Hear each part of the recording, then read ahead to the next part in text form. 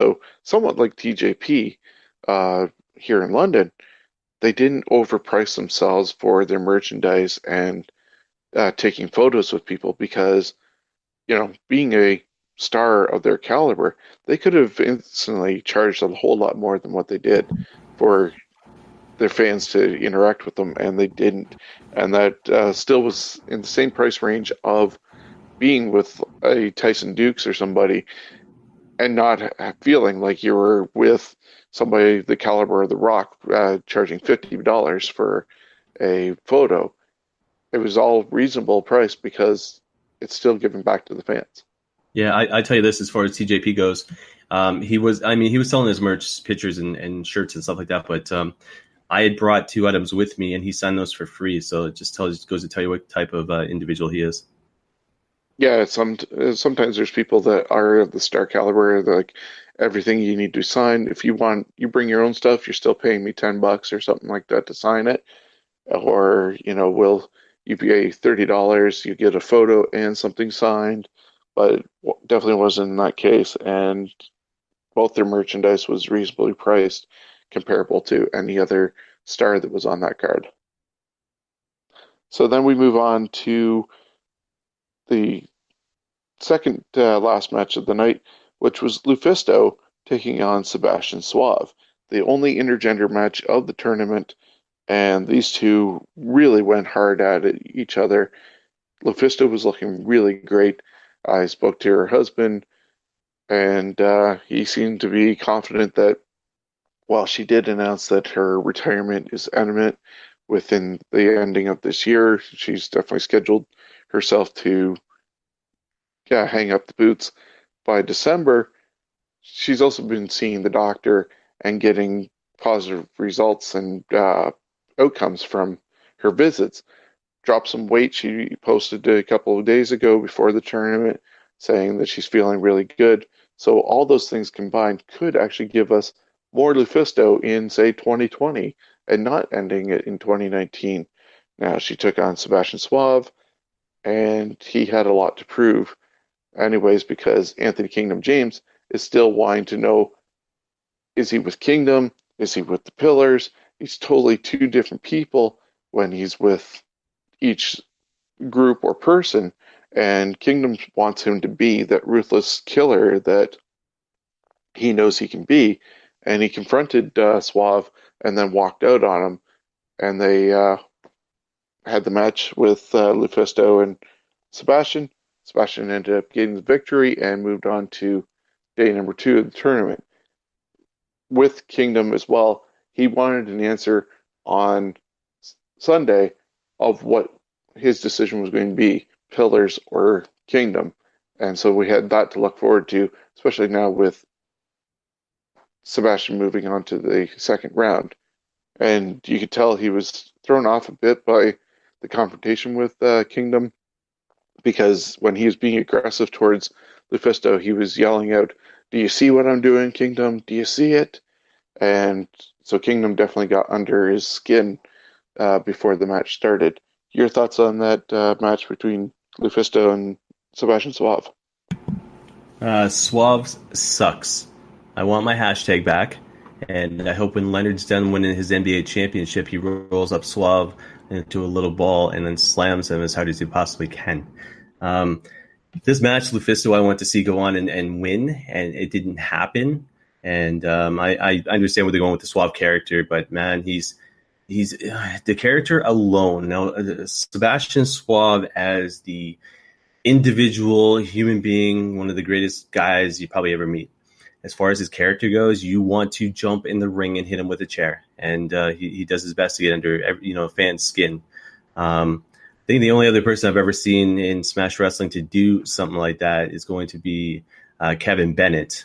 So they're very comparable as far as the fan hate goes, but not a match was good, but not a fan of the outcome. So I'll leave it at that.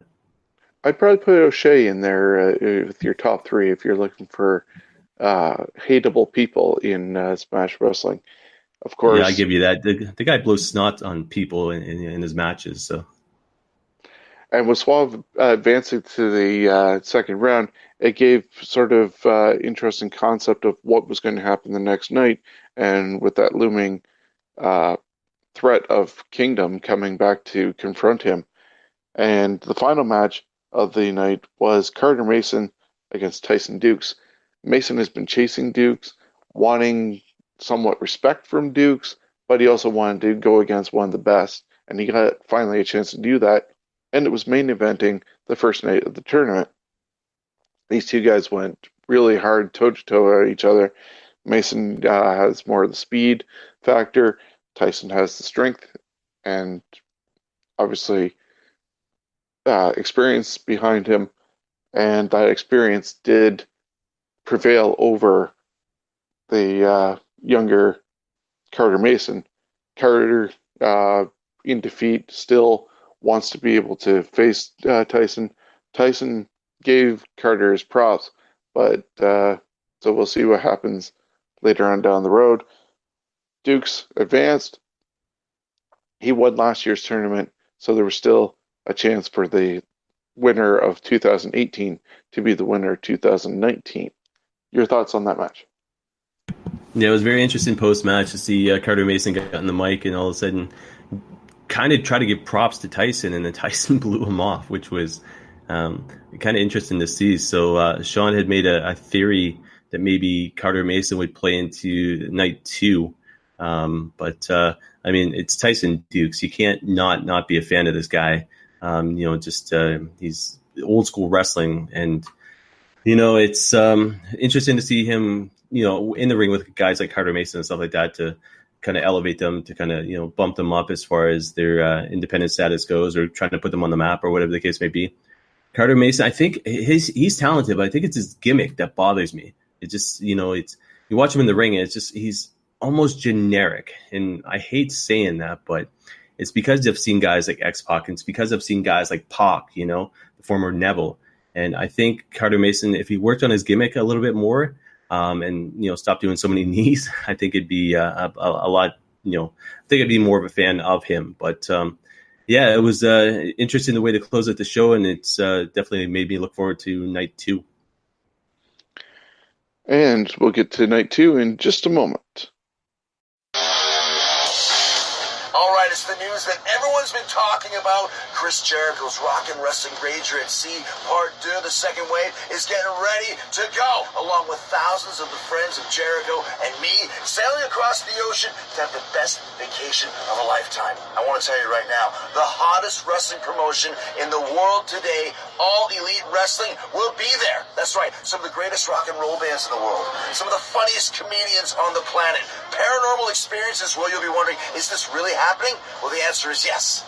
It is really happening, and so is Chris Jericho's Rock and Wrestling Rager at Sea Part 2, second wave. Sign up for all the info for this all-elite vacation now at ChrisJerichoCruise.com. I want you on board Chris Jericho's Rock and Wrestling Rager at Sea so we can all sail away, man! We'll see you there. Ah, yeah!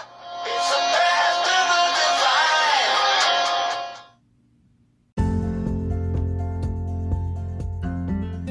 divine. Hello.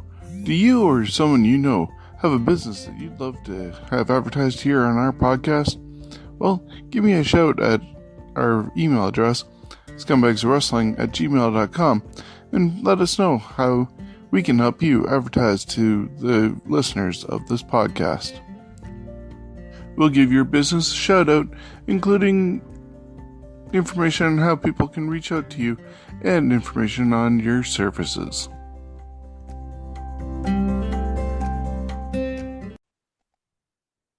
And we're back with Scumbags Wrestling Podcast. We just reviewed night number one of the Northern Tournament from Smash Wrestling that happened June 1st at the Franklin Horror Community Center in Toronto, or Etobicoke, if you're old school, before Mega City Toronto happened. And we got Chris Maloney still with us, and we went on to night number two at the Franklin Horror Community Center with the winners from night one facing off to get to the finals. That was a jam-packed afternoon, as there was a Meet Our Friends event that was free. Beforehand, there was a tag team match with Uh, there, there was a tag team match with the guys from the Tyson Dukes Wrestling Factory, and I unfortunately missed that because there was a huge car accident on 400 with a car that rolled over, and I also missed the one turnoff at Brown Line to get to the Franklin Horror Community Center in time. But I did end up seeing the Three Pistols Championship from Barry being defended against Puff as the champion against Gabriel Fereza, part of Fight or Flight. They went all over. Even went to the barbecue and got a burger before coming back in. Really much of a comedy match at the same time. Kevin Blackwood was around to watch it happen because he obviously came traveling with Puff this weekend, and Puff ended up getting the victory to retain.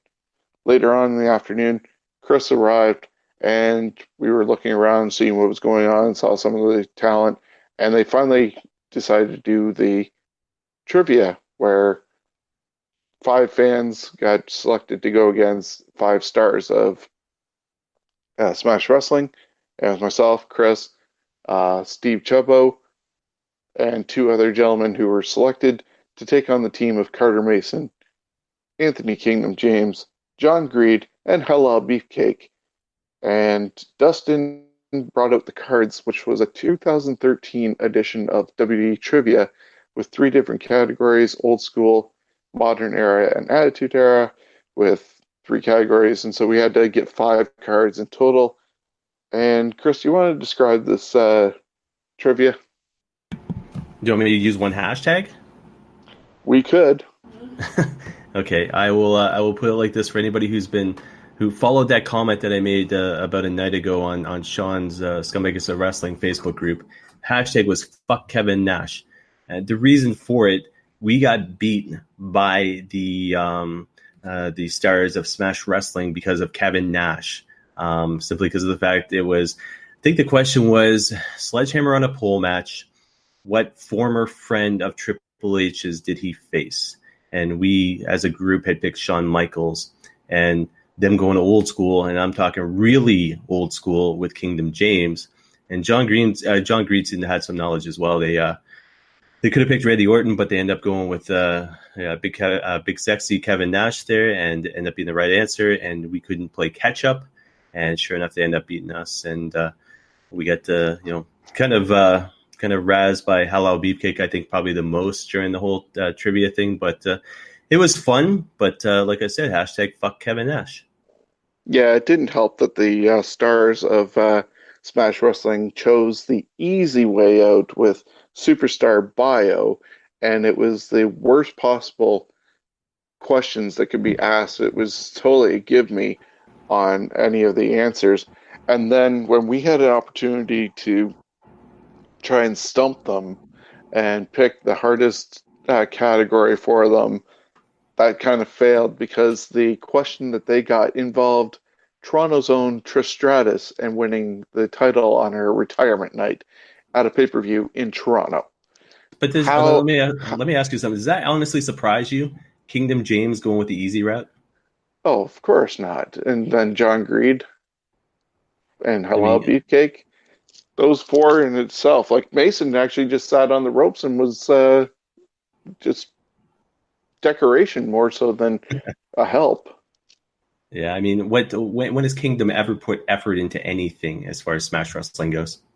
I know, but he was also recording for his YouTube channel, so we might end up on an episode of his podcast or his show that he's currently doing. Hey, Kingdom, if you get any viewers, I want royalties, by the way. That'd be fun. After that was done, we had to wait a little bit. I think Muscle may have been using a leapfrog to try and work out how to sound out some words, and he was due to read Everybody Poops because the fans, including myself, ended up voting that they wanted to see Muscle read a children's book as part of this whole big weekend that Smash Wrestling was putting on. And I kind of questioned whether or not Muscle could even read. for starters, and we might have had to get a child from the audience to read it for him. However, he did come out, he did read the book, got a little frustrated. He didn't think